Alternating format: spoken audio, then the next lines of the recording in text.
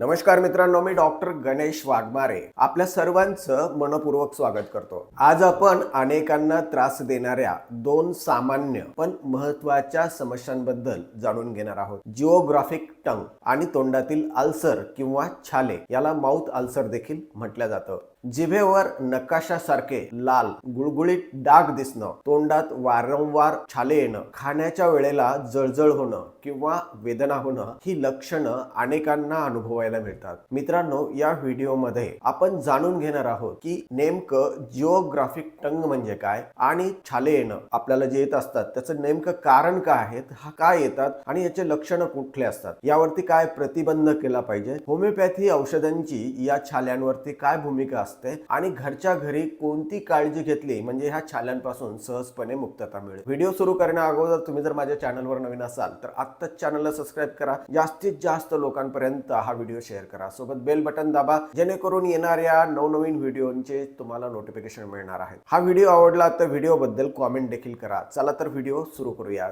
सर्वप्रथम जिओग्राफिक टंग म्हणजे काय हे जाणून घेऊ। जिओग्राफिक टंग ही एक जिभेची एक सामान्य समस्या आहे। बहुधा निरुपद्रवी असते। यामध्ये जिभेवरती लाल रंगाचे गुळगुळीत डाग तयार होतात आणि त्यांच्या भोवती पांढरी किंवा फिक्कट असे किनार दिसायला लागते। हे डाग वेळोवेळी जागा बदलतात, त्यामुळे त्याला जिओग्राफिक टंग असं नाव पडलं आहे। मित्रांनो, ही अवस्था गंभीर नसते। आता आपण तोंडातला अल्सर म्हणजे काय ते आपण बघूया। तोंडातील अल्सर म्हणजे तोंडाच्या आतील भागामध्ये ओठांच्या आत गालावर किंवा जिभेवर होणारे लहान वेदनादायक व्रण, यालाच आपण माउथ अल्सर असं म्हणतो। यामुळे काय होतं की खाणं पिणं त्रासदायक होतं, बोलताना कधी कधी वेदना होऊ शकतात, तिखट आंबट किंवा गरम पदार्थ खाताना जळजळ व्हायला लागते। बऱ्याच वेळेला शरीरामध्ये व्हिटॅमिन B12, फॉलिक ऍसिड किंवा लोहाची कमतरता झाली की ह्या प्रकारच्या समस्या उद्भवतात। मानसिक ताण असेल किंवा झोपेचा अभाव असेल, तिखट किंवा मसालेदार पदार्थांचं जास्त सेवन करत असाल, तोंडाची स्वच्छता नीट राहत नसेल किंवा काही औषधांचे परिणाम म्हणून आपल्याला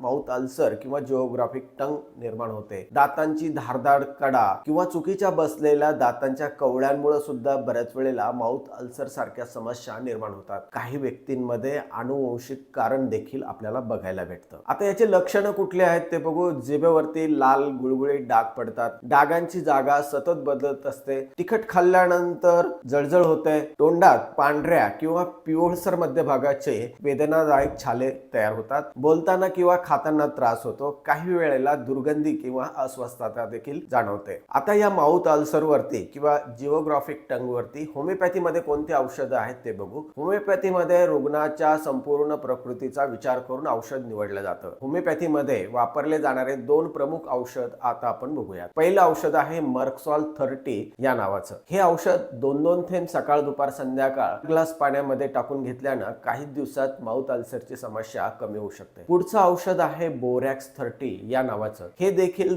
2-2 थेंब सकाळ दुपार संध्याकाळ काही दिवस पाण्यात टाकून घेतल्यानं माउथ अल्सरची समस्या कमी होऊ शकते, पण हे सर्व औषधं मनानं न घेता तज्ञांच्या साहाय्याने घ्यावी। रुग्णाची लक्षणं, कारणं, मानसिक स्थिती, आहार विहार आणि रुग्णाची प्रकृती याचा डिटेल अभ्यास करून होमिओपॅथी मध्ये योग्य असं औषध निवडलं जातं। म्हणूनच कुठलंही औषध स्वतः मनानं घ्यायला नकोय। अनुभवी आणि पात्र होमिओपॅथिक डॉक्टरांचा सल्ला घेऊन तुम्ही उपचार सुरू करू शकता किंवा आमच्याकडे ऑनलाईन ट्रीटमेंट देखील घेऊ शकता। आता आपण बघूया घरच्या घरी कुठली काळजी घेतली पाहिजे। दिवसातून 2 वेळा आपण दात घासले पाहिजेत, भरपूर पाणी प्या, तिखट आणि आंबट आणि अति गरम पदार्थ शक्यतो घेण्याचं टाळा, ताजी फळं आणि हिरव्या पालेभाज्या आपल्या आहारात वाढवा, व्हिटॅमिन B12 आणि आयर्न युक्त पदार्थांचं सेवन वाढवा, पुरेशी झोप घ्या, ताण कमी करण्याचा प्रयत्न करा। आता या माउथ अल्सर साठी डॉक्टरांचा सल्ला कधी घ्यायला पाहिजे हे आपण बघूया। खालील परिस्थितीमध्ये डॉक्टरांचा सल्ला घेणं खूप आवश्यक असतं। जर तुमचे छाले